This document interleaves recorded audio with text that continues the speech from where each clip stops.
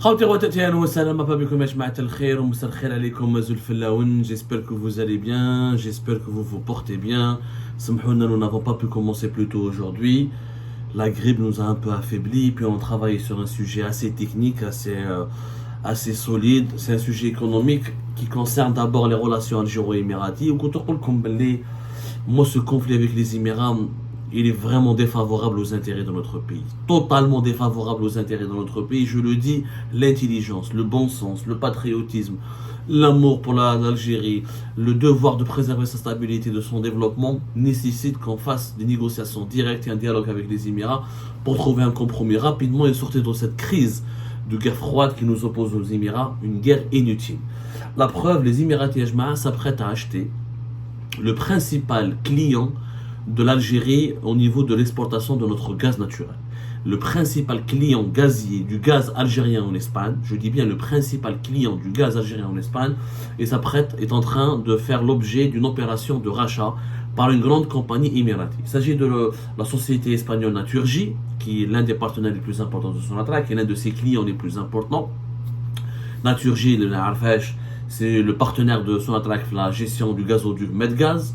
C'est 49% de ce fameux gazoduc Medgaz qui relie depuis Bnissaf, l'Algérie à l'Espagne jusqu'à Almeria, où il permet donc d'exporter pratiquement jusqu'à 10 milliards de mètres cubes de gaz. Avec l'objectif, l'Algérie avait même sa capacité actuelle, sa capacité initiale dans le gazoduc, c'est 8,2 milliards de mètres cubes. Mais l'Algérie, elle a toujours voulu porter sa capacité depuis le premier trimestre de l'année 2021. Sa capacité a été portée à 10 milliards de mètres cubes. Naturgy aussi, c'est le premier client algérien, le premier client du gaz algérien en Espagne. Récemment, en novembre 2023, Naturgy a conclu un contrat avec Sonatrach pour la livraison de 5 milliards de mètres cubes de gaz naturel par an. Avec une clause qui lui permet à Sonatrach de réviser les prix du gaz chaque 3 ans. C'est un contrat de livraison jusqu'à 2030. C'est quand même important. Donc c'est un contrat de 7 ans. Voilà, parce que ça a été conclu en novembre 2023.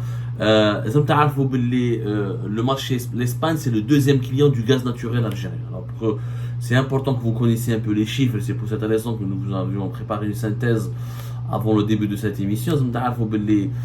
L'Italie, c'est 35% du gaz algérien qui est vendu à l'étranger. L'Espagne, c'est 31%.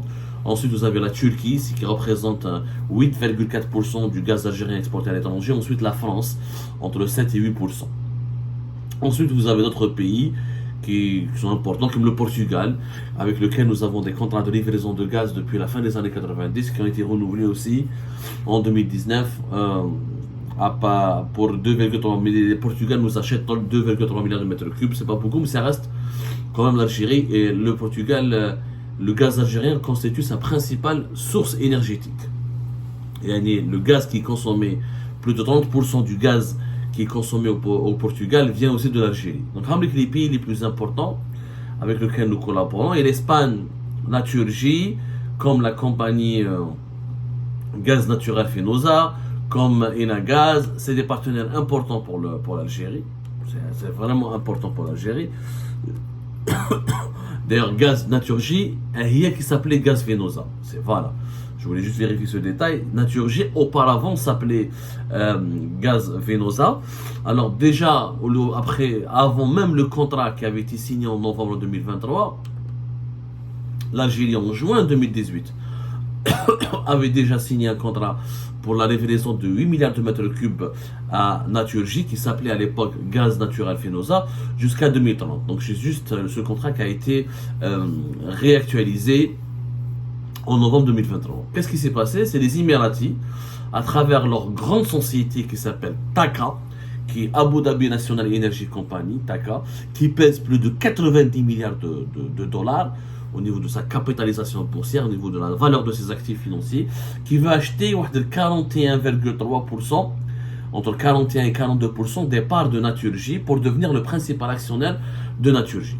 Et la presse espagnole a parlé ces dernières 48 heures de cette opération, de cet investissement important de la part des Émiratis. Et apparemment, d'après, rien n'a été encore décidé officiellement, mais cet investissement émirati devrait coûter 11 milliards. Les Émiratis devront dépenser 11 milliards de dollars pour acheter de les 41 à 42% des parts de Naturgy, encore une fois le principal client du gaz naturel algérien, le principal client de Sonatrach. Et les Émiratis ont un objectif, c'est d'orienter les activités de Naturgy vers le Maroc. Les Émiratis investissent énormément. Déjà en Espagne, ils sont très présents. Un fonds d'investissement Moumou Badala qui détient déjà 67% de la compagnie pétrolière espagnole Cepsa. Il détient 3% d'Enagaz, qui est l'opérateur qui gère la distribution du gaz naturel en Espagne. Ils ont aussi des partenariats avec une autre compagnie espagnole qui s'appelle Iberdrola. Ou Taka, ils sont présents dans une autre société émirati Masdar qui elle investit beaucoup dans les énergies renouvelables et dans comment on appelle ça, les énergies renouvelables et ce qu'on appelle l'hydrogène vert, cette fameuse énergie du futur dont tout le monde parle, même si elle suscite beaucoup de controverses parce que beaucoup d'experts disent qu'il ne faut pas trop miser là-dessus, c'est un peu utopique. En tout cas, beaucoup d'investissements là-dessus. Les Émiratis sont un grand pays producteur de pétrole. Regardez comment ils investissent énormément de milliards dans les énergies renouvelables. Et le premier pays où ils investissent beaucoup, c'est le Maroc. Voilà. Puisque nous, on s'est beaucoup disputé avec les Émiratis, et ben les Émiratis préfèrent mettre leur argent au Maroc, avec lequel ils ont de très bons rapports. Et au Maroc, ils ont Takahadi, ils ont d'énormes investissements le Sahara occidental, dans l'éolien, dans le photovoltaïque pour le solaire, dans l'hydrogène vert.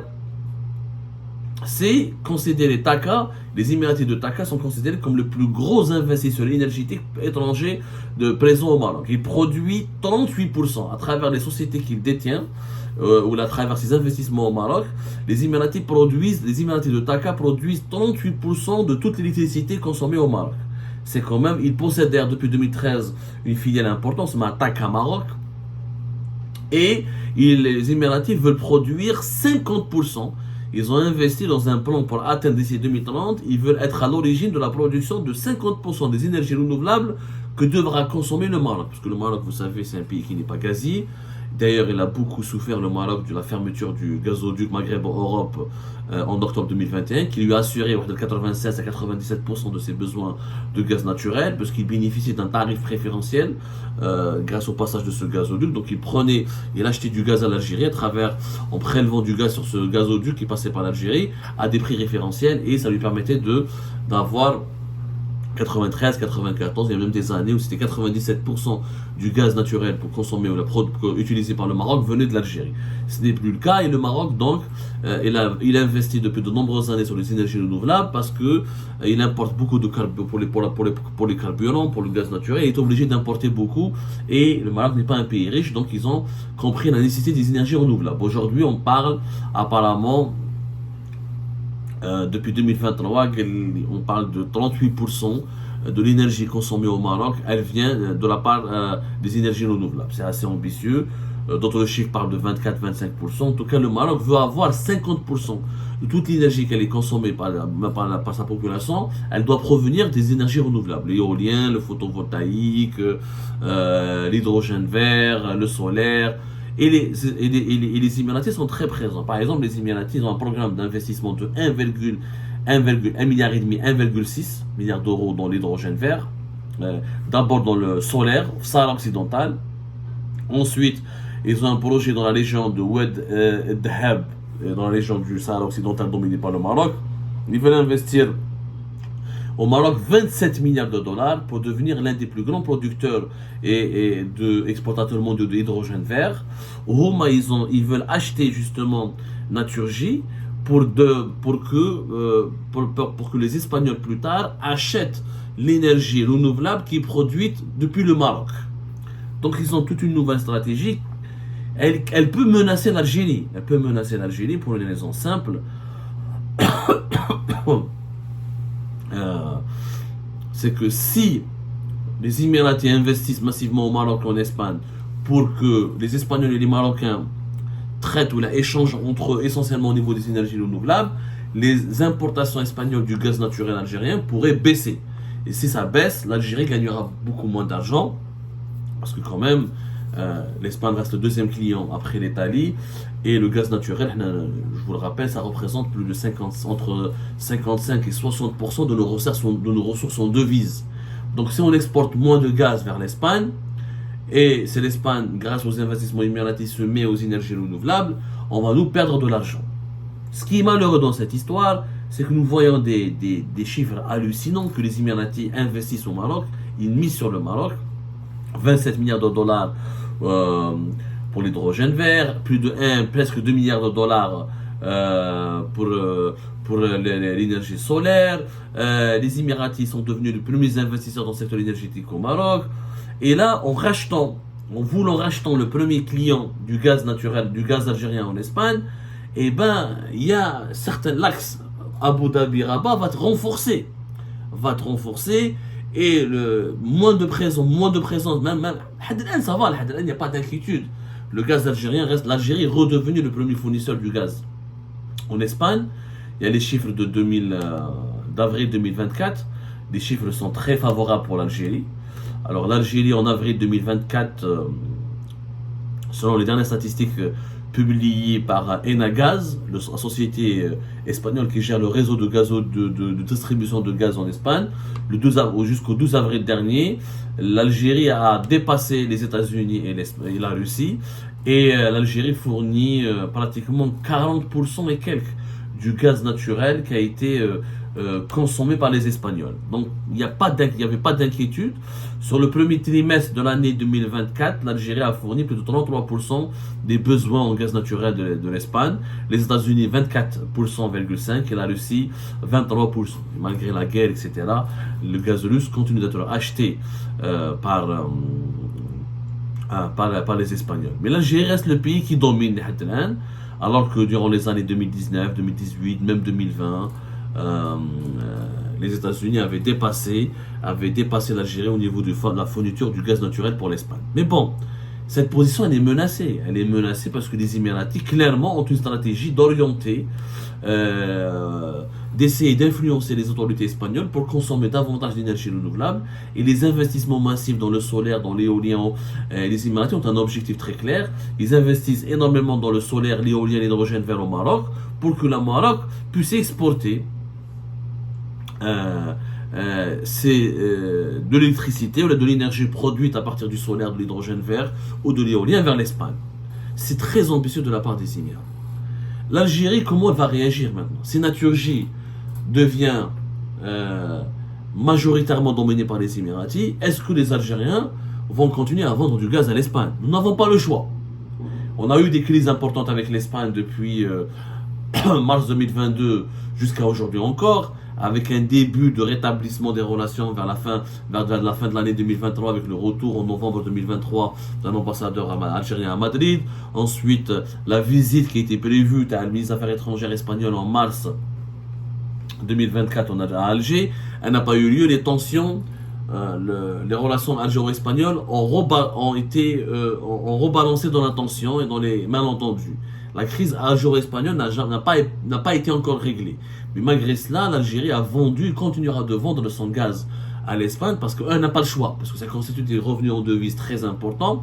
Et il y a des contrats, c'est des contrats à long terme qui ont été signés d'abord en 2018 et qui ont été renouvelés là, certains de ces contrats ont commencé à être renouvelés là en 2023, fin de l'année 2023.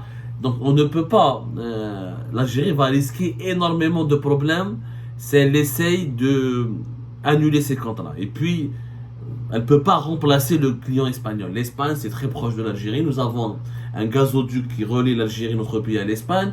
Donc on ne pourra pas sanctionner les Espagnols et en refusant de leur vendre du gaz. On peut vendre plus de gaz à l'Italie, à la Turquie, etc. Mais on ne peut pas ne rien vendre à l'Espagne. Et l'Espagne, si elle ne nous achète pas de notre gaz, ça va nous occasionner beaucoup de pertes, et des pertes assez importantes. On ne peut pas remplacer le marché espagnol. L'Algérie ne peut pas aujourd'hui remplacer le marché espagnol, qui est son deuxième client, après l'Italie, facilement. Ça n'existe pas. la géographie, le fait que l'Espagne est proche de nous, on est condamné à essayer de fidéliser, à conserver le marché espagnol. Et l'Espagne aussi était condamnée jusque-là, malgré les problèmes qu'elle a avec l'Algérie, de continuer d'acheter le gaz algérien. Mais là, il y a une nouvelle donnée. Les Émiratis entrent en jeu. Est-ce que ça ne va pas aggraver la crise algéro-espagnole? Est-ce que les Émiratis ne vont pas essayer de peser sur les choix énergétiques de l'Espagne? Certainement, ils le disent. Eux, ils veulent devenir parmi les plus grands exportateurs et producteurs d'énergie, des énergies renouvelables. C'est ambitieux. اليوم طحنا dans une équation où l'Algérie راهي خاسرة. هذه la dispute, هذه la guerre que nous menons avec les Émirats, elle est totalement inutile. Ce sont de grands investisseurs. Derrière Taka Hadi, on retrouve le fonds souverain d'investissement souverain d'Abu Dhabi qui possède presque 1000 milliards de dollars. On parle d'un fonds souverain de 1000 milliards de dollars. Et ils ont une puissance financière extrêmement importante. Ils peuvent plusieurs sociétés espagnoles à la fois. Pour ne pas dire qu'ils peuvent devenir l'actionnaire majoritaire de tous les grands groupes espagnols. Les Émiratis ont cette possibilité-là d'être un pays extrêmement, parce qu'ils sont un pays extrêmement riche, parce que c'est une puissance économique émergente et régionale importante. Et je la dispute avec, c'est complètement idiot d'avoir de l'hostilité, d'être agressif, d'être brutal et d'entretenir des problèmes avec l'un des États les plus riches du monde et de la région, et qui est parmi les plus importants investisseurs au monde. Je rappelle, on a déjà les Émiratis sont aujourd'hui parmi les 5 plus importants investisseurs sur le continent africain, après la Chine, les États-Unis et l'Union européenne. Donc, c'est des investisseurs très importants. Depuis 2022, nous avons des relations totalement empoisonnées avec eux, et c'est extrêmement préjudiciable. Tous les investissements émiratis vers le Maroc. Le Maroc, maintenant, veut convaincre les Espagnols de ne plus acheter le gaz algérien, de le remplacer petit à petit par les énergies renouvelables. C'est mauvais pour nous, et nous aussi, on aurait pu développer les énergies renouvelables. On a un potentiel aussi important, si ce n'est pas plus important que le Maroc. Nous avons un plus grand Sahara, nous avons du plus grand désert, nous avons un taux d'ensoleillement plus important, nous avons des potentialités dans l'éolien, dans le solaire et dans l'hydrogène vert qui sont aussi importantes. Si on avait de bonnes relations avec les Émiratis, on aurait pu accueillir une partie de ces investissements émiratis. Mais comme on a de très gros problèmes avec les Émiratis, tous les investissements émiratis les plus importants dans le domaine des énergies renouvelables et dans l'énergie tout court, ils vont vers le Maroc. Donc le Maroc est en train de profiter de façon intelligente de ces gros problèmes que nous avons avec les Émirats. Et notre hostilité extrêmement intense, notre hostilité agressive à l'égard des Émirats nous fait perdre des intérêts économiques, des investissements importants. Et du coup, maintenant, nous serons obligés de traiter avec les Émiratis parce qu'ils seront les premiers actionnaires du premier client espagnol de notre gaz. Yani, on sera dans une position très délicate. Je crois que les Émirats sont en train de nous entourer, de nous encercler, mais pas avec des armées ou avec des armes, en faisant pas mal d'investissements économiques. On sera obligé de leur parler, de s'adresser à eux et de traiter avec eux. En réalité, c'est une guerre, on dit la guerre avec les Émirats, la guerre froide avec les Émirats, elle est totalement inutile. Totalement inutile. Il faut trouver des solutions extrêmement urgentes. Il faut qu'on arrive à trouver un terrain d'entente avec les Émirats pour lever les malentendus, les incompréhensions, qui a eu raison, qui a eu tort, comment on peut trouver des solutions. Il faut revenir à la politique qui a été pratiquée par le régime de Bouteflika, une politique agréable, paisible, apaisante, et un pragmatisme exemplaire où nous avons de très bonnes relations avec les Émiratis. Et les Émiratis étaient disposés à faire de grands investissements en Algérie qui n'ont pas abouti, encore une fois, à cause de l'instabilité de l'Algérie, à cause de des problèmes, de ces crises politiques successives, et à cause du climat d'affaires et l'environnement économique qui est hostile. Mais on doit, si on a réuni, pourquoi les Émiratis réussissent au Maroc et ne réussissent pas en Algérie? Il y a un problème, c'est que le problème est le marché algérien, encore une fois. Je le dis, je le redis. Avec l'expansionnisme important économique des Émirats dans les pays voisins, au Maroc ou dans les pays partenaires importants, qui mènent l'Espagne, etc., maintenir cette politique d'hostilité agressive va nous provoquer des pertes importantes pour nous et on aura de gros problèmes, surtout sur le plan économique, et on va perdre beaucoup d'argent. Ça ne sert à rien de se disputer, de se lancer en guerre contre l'un des pays les plus riches du monde et de la région. وشنا خاصين على ندار مع لي زيميرات ندار معاهم كاع انا ندار انا مع لي زيميرات انا ما نقدرش نربحهم انا je n'arrive pas à les séduire انا j'essaye pas de les attirer vers moi de les influencer d'avoir une relation pragmatique avec eux. Et c'est vraiment important de comprendre ce sujet parce que demain les Émiratis vont acheter la Turquie, demain ils vont acheter d'autres ils vont s'intéresser à d'autres entreprises. C'est le rôle de l'Algérie, il est bousculer ou la perturber, ou laisser l'Algérie les perturber ou la bousculer sur le marché espagnol, on risque malheureusement d'avoir des conséquences financières assez lourdes pour notre économie et par conséquent pour notre stabilité.